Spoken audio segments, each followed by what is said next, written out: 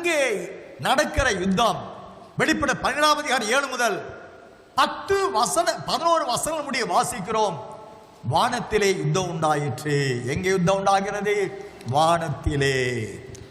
Revelation chapter 12 verse 7 to 10 we can find, and a war broke out in heaven. பவுலடியா சொல்லுகிற எபேசியர் 6:12 வான மண்டலங்களில் பொல்லாத ஆவி சேனையுடனுக்கு போராட்டம் உண்டு என்று சொல்லுகிறார். Book of Ephesians chapter 6 verse 12 Apostle Paul says there is a battle between a battlefield in the heavenlies.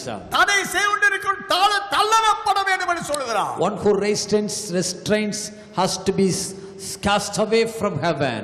இப்பொழுது வெளிப்படுது 12:7 படி மிகாவேலும் அவருடைய சார்ந்தவர்களும் வல்சர்ப்பத்தோடு அவர் சார்ந்தவர்கள் யுத்தம் செய்வதாக வசனம் சொல்லுகிறது.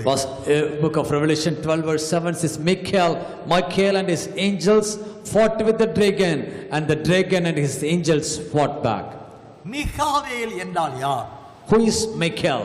மிகாவேல் என்றால் தேவனை போன்றவன் என்ற பொருள் உடையதாக இருக்கிறது. Michael gives a meaning, the one who is like God.